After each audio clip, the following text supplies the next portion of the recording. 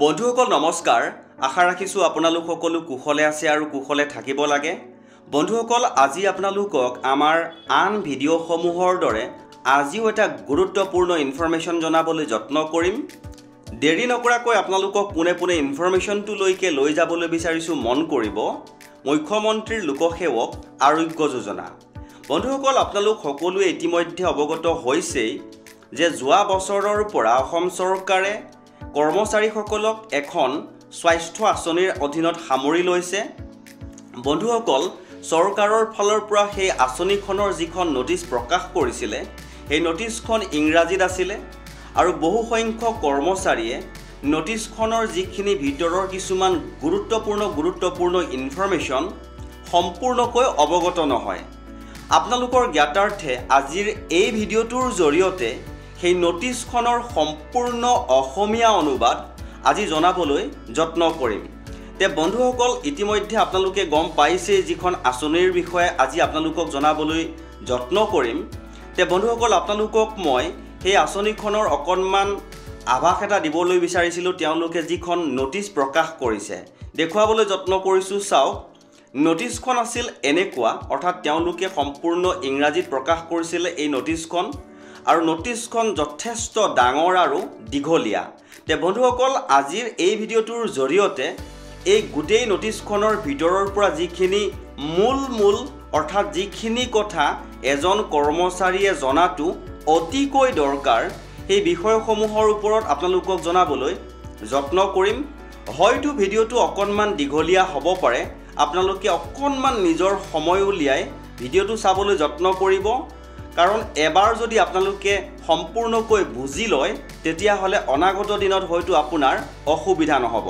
তে বন্ধুসকল আপোনালোকক মই প্ৰথমতে যিখন ইংৰাজীত নটিচ প্ৰকাশ হৈছিলে সেই নটিচখনৰ এটা চমু আভাস দিলোঁ চাওক কিমান দীঘলীয়াকৈ এই নটিচখন সবিস্তৃত ৰূপত প্ৰকাশ পাইছিলে আৰু ইয়াৰ অসমীয়া অনুবাদটো আপোনালোকক মই দেখুৱাবলৈ লৈ আছোঁ আপোনালোকে মন কৰিব অসমীয়া অনুবাদটো এনেকুৱা আছিলে চাওক জনাবলৈ যত্ন কৰিছোঁ আপোনালোকে স্ক্ৰীনৰ ফালে লক্ষ্য কৰিব যিখন আঁচনি আছিলে এই আঁচনিখনৰ 3টা মডিউল থাকিব প্ৰথমটো চাব কৰ্মচাৰী আৰু পেঞ্চনাৰসকল আৰু তেওঁলোকৰ নিৰ্ভৰশীলসকলৰ স্বপঞ্জীয়নৰ জৰিয়তে পঞ্জীয়ন 2 নম্বৰ দাবীসমূহ অনলাইনত দাখিল কৰা 3 নম্বৰ দাবীসমূহ প্ৰক্ৰিয়াকৰণ এডমিছেবল পৰিমাণৰ পুনৰুদ্ধাৰ যিটো 7 নম্বৰত বৰ্ণনা কৰা হৈছে এইটো হৈ গ'ল প্ৰথম যিটো আপোনালোকৰ এটা গুৰুত্বপূৰ্ণ ইনফৰমেশ্যন ইয়াৰ পিছত যিখিনি গুৰুত্বপূৰ্ণ ইনফৰমেশ্যন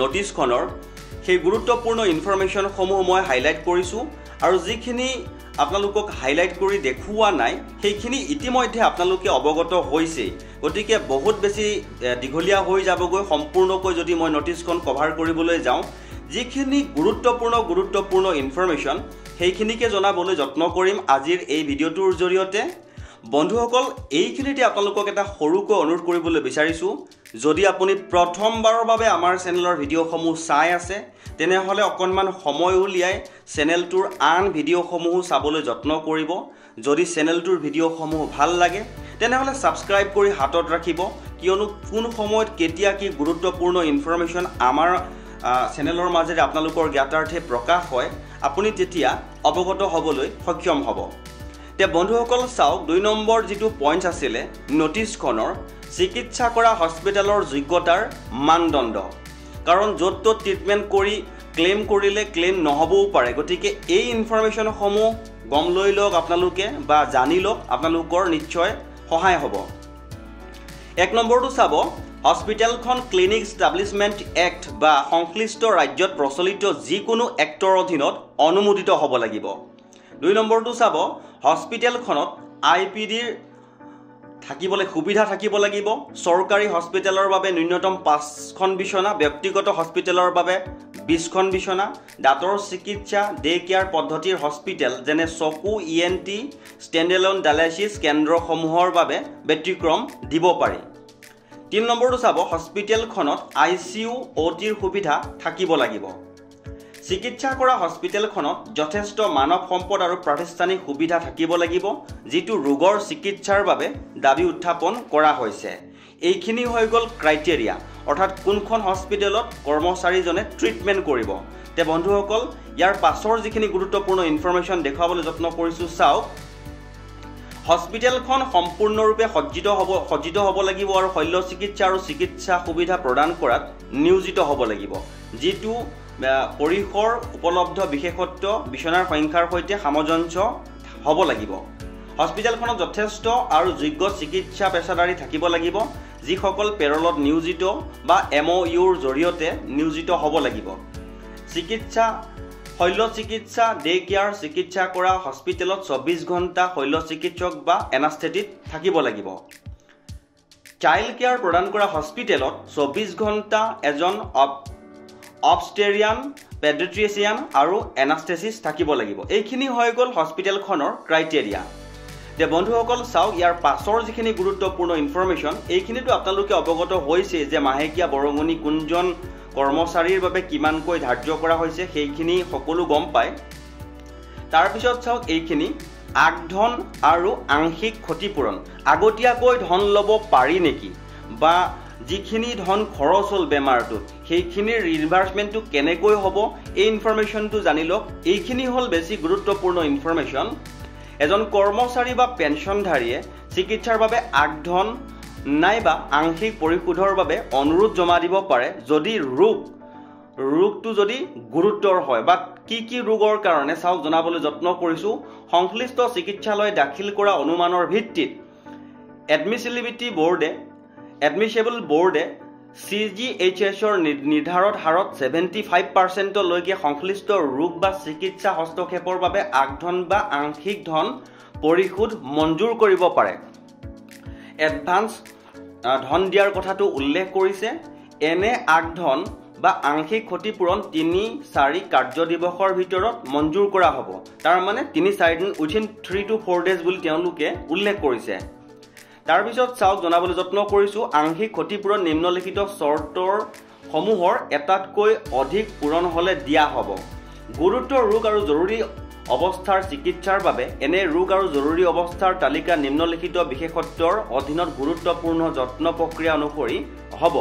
কি চাওক পুৰা ব্যৱস্থা, হাৰ্ট এটেক যদি হয় হৃদবক্ষীয়, তাৰপিছত CTVS ইণ্টাৰভেনশ্যনেল ৰেডিঅ'লজি, ইউৰলজি, অস্ত্ৰোপচাৰ অংকলজি, ৰেডিয়েশ্যন অংকলজি, মেডিকেল অংকলজি এইখিনি বেমাৰৰ কাৰণে এডভান্স ল'ব পাৰিব বুলি উল্লেখ কৰিছে। তাৰপিছত চাওক এডমিছিবিলিটি বোৰ্ডে উপযুক্ত বুলি বিবেচনা কৰা যিকোনো আন চিকিৎসা প্ৰক্ৰিয়া, মানে এই বেমাৰখিনিৰ উপৰিও অন্য যদি এডমিছেবল বোৰ্ডে যদি উপযুক্ত বুলি বিবেচনা কৰে। তাৰপিছত চাওক সংশ্লিষ্ট চিকিৎসালয়ত চিকিৎসা প্ৰক্ৰিয়াৰ বাবে 10 দিনতকৈ অধিক থাকিলে যিকোনো অস্ত্ৰোপচাৰৰ পিছৰ জটিলতা য'ত হস্তক্ষেপ বা চিকিৎসালয়ত অধিক দিন থাকিব লগা হয়, অনুমোদিত প্ৰক্ৰিয়াৰ খৰচ 5 লাখ টকা বা তাতকৈ অধিক হয়। তে বন্ধুসকল ইতিমধ্যে গম পাইছে যদি কোনোবাটো বেমাৰৰ কাৰণে ট্ৰিটমেণ্ট কৰিবলৈ হ'লে যদি 5 লাখতকৈ বেছি লাগে তেতিয়াহ'লেও আগধন ল'ব পাৰিব বুলি এই ইনফৰমেশ্যনটোত প্ৰকাশ হৈছে। তাৰপিছত চাওক যিখিনি গুৰুত্বপূৰ্ণ ইনফৰমেশ্যন এই যিখিনি হাইলাইট কৰি ৰখা নাই সেইখিনি আপোনালোকে ইতিমধ্যে গম পাইছেই। গতিকে নটিছখনৰ ভিতৰৰ যিখিনি গুৰুত্বপূৰ্ণ ইনফৰমেশ্যন, যিখিনি ইনফৰমেশ্যন এজন কৰ্মচাৰীৰ কাৰণে অতিকৈ দৰকাৰী ইনফৰমেশ্যন, সেই ইনফৰমেশ্যনখিনিকে জনাবলৈ যত্ন কৰিছোঁ।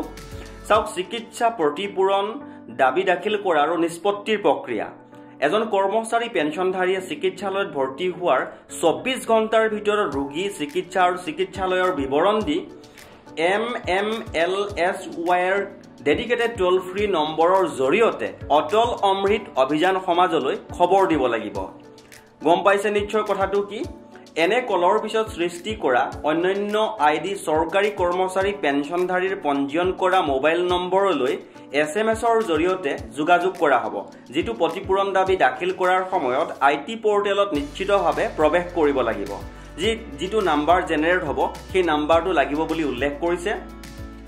ৱাৰ্ড বা কেবিনৰ অধিকাৰ পদবী অনুসৰি হ'ব, কিন্তু যিকোনো ব্যক্তিয়ে তেওঁলোকৰ ব্যক্তিগত অধিকাৰ কৰা কোঠাৰ সুবিধাৰ উপৰিও উচ্চতৰ থকাৰ সুবিধা বাছি ল'লে তেওঁলোকে অতিৰিক্ত খৰচ বহন কৰিব লাগিব আৰু এনে অতিৰিক্ত পৰিমাণৰ প্ৰতিপূৰণৰ বাবে অধিকাৰী নহ'ব।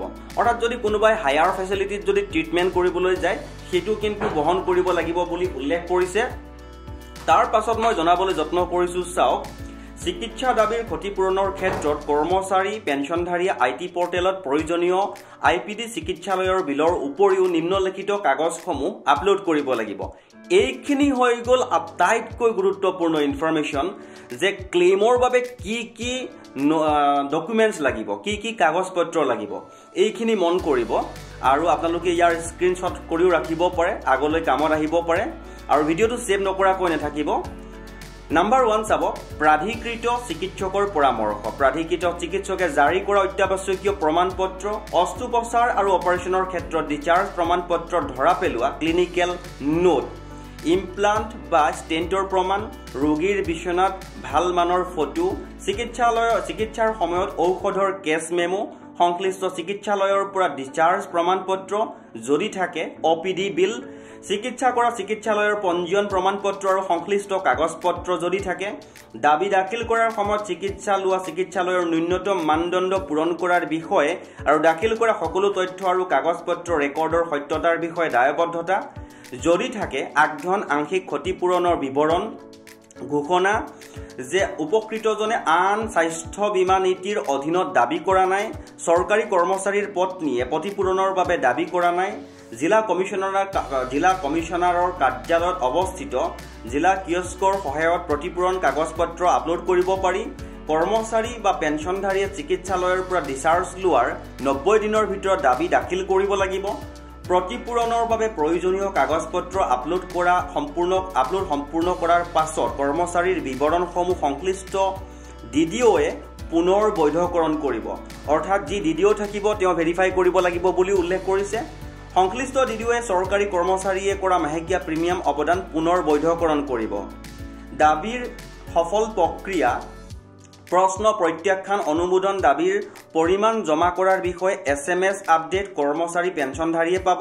যদি কোনো চিকিৎসা প্ৰতিপূৰণ দাবী প্ৰত্যাখ্যান কৰা হয়, উপকৃতজনে তেওঁৰ দাবী পুনৰ বিবেচনা কৰাৰো সুযোগ পাব। অৰ্থাৎ যদি এবাৰ ক্লেইম কৰি যদি ক্লেইমটো কেনচেল হৈও যায়, তেতিয়াহ'লে ৰিক্লেইম কৰিব পাৰিব বুলিও এই বিশেষ নটিছখনত উল্লেখ কৰিছে। তাৰপিছত চাব DDOয়ে বৈধকৰণ কৰাৰ পিছত অৰ্থাৎ ভেৰিফাই কৰি দিয়াৰ পাছত ক্ষতিপূৰণ দাবীসমূহ ইমপ্লিমেণ্টেশ্যন ছাপোৰ্ট এজেঞ্চিৰ দ্বাৰা পৰীক্ষা কৰা হ'ব। তাৰ পাছত অটল অমৃত অভিযান সমাজৰ প্ৰজেক্ট মেনেজমেণ্ট ইউনিটৰ দ্বাৰা পৰীক্ষা কৰা হ'ব।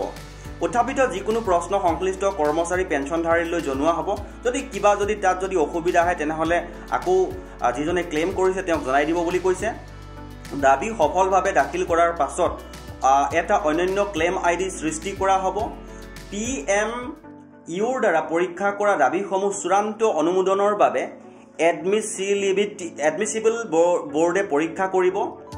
CGHSৰ হাৰৰ ক্ষতিপূৰণ সংশ্লিষ্ট উপকৃত বেংক একাউণ্টত জমা কৰা হ'ব। যদি আগধন আংশিক প্ৰতিপূৰণ কৰা হৈছে তাক সমন্বয় কৰা হ'ব। অৰ্থাৎ যদি এডভান্স আগত পইচা লৈছিলে আৰু যদি পিছত দিবলগীয়া হৈছিলে তেনেহ'লে সেইটো এডজাষ্ট কৰা হ'ব বুলি উল্লেখ কৰিছে।